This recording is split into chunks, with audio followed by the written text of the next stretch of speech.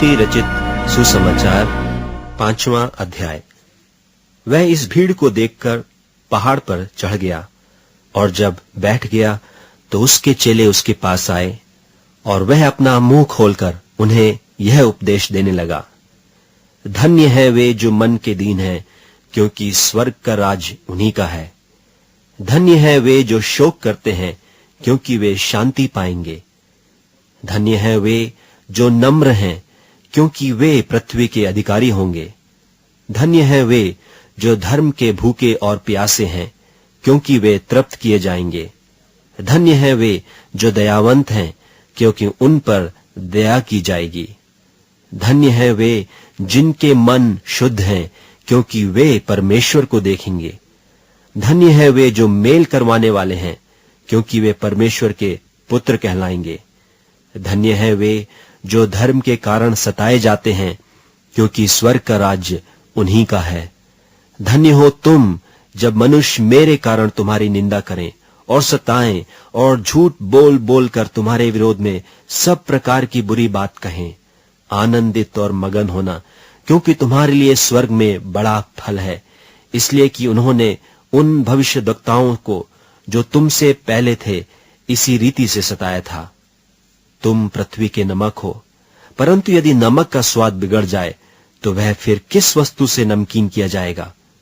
फिर वह किसी काम का नहीं, केवल इसके कि बाहर फेंका जाए और मनुष्यों के पैरों तले रौंदा जाए। तुम जगत की ज्योति हो। जो नगर पहाड़ पर बसा हुआ है वह छिप नहीं सकता, और लोग दिया जलाकर पैमाने के नीचे नहीं, परंतु दीवट पर रखते हैं, तब उससे घर के सब लोगों को प्रकाश पहुंचता है।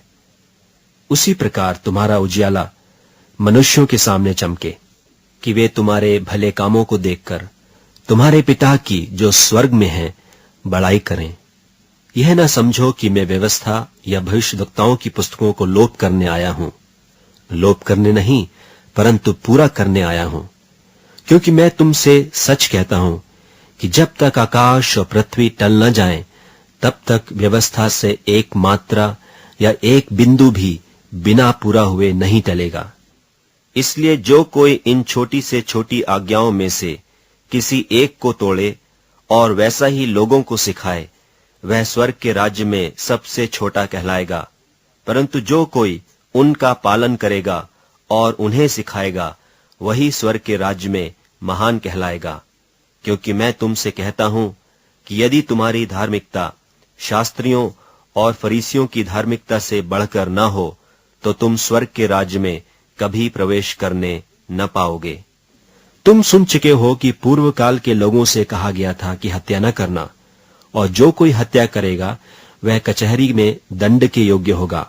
परंतु मैं तुमसे यह कहता हूं कि जो कोई अपने भाई पर क्रोध करेगा वह कचहरी में दंड के योग्य होगा। और जो कोई अपने भाई को निकम्मा कहेगा वह महासभा में दंड के योग्य होगा। और जो कोई कहे अरे मूर्ख, वह नरक की आग के दंड के योग्य होगा। इसलिए यदि तू अपनी भेंट बेदी पर लाए और वहां तू स्मरण करे कि मेरे भाई के मन में मेरी ओर से कुछ विरोध है, तो अपनी भेंट वहीं बेदी के सामने छोड़ दे और जाकर पहले अपने भाई से मेल मिलाप कर, तब आकर अपनी भेंट चढ़ा। जब तक तू अपने मुद्दई के साथ मार्ग ही में है, उससे झटपट मेल मिलाप कर ले। कहीं ऐसा ना हो कि मुद्दई तुझे हाकिम को सौंपे और हाकिम तुझे सिपाही को सौंप दे और तू बंदी गृह में डाल दिया जाए। मैं तुझसे सच कहता हूं कि जब तक तू कौड़ी कौड़ी भर न दे, तब तक वहां से छूटने न पाएगा। तुम सुन चुके हो कि कहा गया था कि व्यभिचार न करना, परंतु मैं तुमसे यह कहता हूं कि जो कोई किसी स्त्री पर कुदृष्टि डाले, वह अपने मन में उससे व्यभिचार कर चुका। यदि तेरी दाहिनी आंख तुझे ठोकर खिलाए, तो उसे निकालकर अपने पास से फेंक दे, क्योंकि तेरे लिए यही भला है कि तेरे अंगों में से एक नाश हो जाए और तेरा सारा शरीर नरक में न डाला जाए। और यदि तेरा दाहिना हाथ तुझे ठोकर खिलाए, तो उसको काटकर अपने पास से फेंक दे, क्योंकि तेरे लिए यही भला है कि तेरे अंगों में से एक नाश हो जाए और तेरा सारा शरीर नरक में न डाला जाए। यह भी कहा गया था कि जो कोई अपनी पत्नी को त्याग दे तो उसे त्याग पत्र दे। परंतु मैं तुमसे यह कहता हूं कि जो कोई अपनी पत्नी को व्यभिचार के सिवा किसी और कारण से छोड़ दे तो वह उससे व्यभिचार करवाता है, और जो कोई उस त्यागी हुई से ब्याह करे वह व्यभिचार करता है।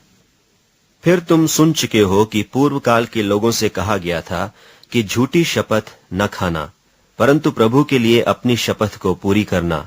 परंतु मैं तुमसे यह कहता हूं कि कभी शपथ न खाना, ना तो स्वर्ग की, क्योंकि वह परमेश्वर का सिंहासन है, न धरती की, क्योंकि वह उसके पांवों की चौकी है, न यरूशलेम की, क्योंकि वह महाराजा का नगर है। अपने सिर की भी शपथ न खाना, क्योंकि तू एक बाल को भी न उजला न काला कर सकता है। परंतु तुम्हारी बात हां की हां या नहीं की नहीं हो, क्योंकि जो कुछ इससे अधिक होता है वह बुराई से होता है। तुम सुन चुके हो कि कहा गया था कि आंख के बदले आंख और दांत के बदले दांत। परंतु मैं तुमसे यह कहता हूं कि बुरे का सामना न करना, परंतु जो कोई तेरे दाहिने गाल पर थप्पड़ मारे उसकी ओर दूसरा भी फेर दे। और यदि कोई तुझ पर नालिश करके तेरा कुर्ता लेना चाहे तो उससे दोहर भी ले लेने दे। और जो कोई तुझे कोस भर बेगार में ले जाए तो उसके साथ 2 कोस चला जा। जो कोई तुझसे मांगे उसे दे, और जो तुझसे उधार लेना चाहे उससे मुंह न मोड़। तुम सुन चुके हो कि कहा गया था कि अपने पड़ोसी से प्रेम रखना और अपने बैरी से बैर।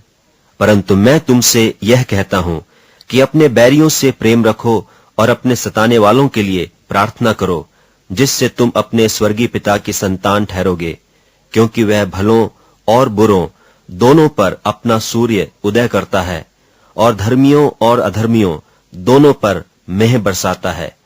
क्योंकि यदि तुम अपने प्रेम रखने वालों ही से प्रेम रखो तो तुम्हारे लिए क्या फल होगा?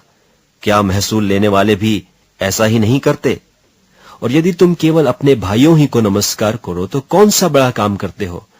क्या अन्य जाति भी ऐसा नहीं करते? इसलिए चाहिए कि तुम सिद्ध बनो जैसा तुम्हारा स्वर्गीय पिता सिद्ध है।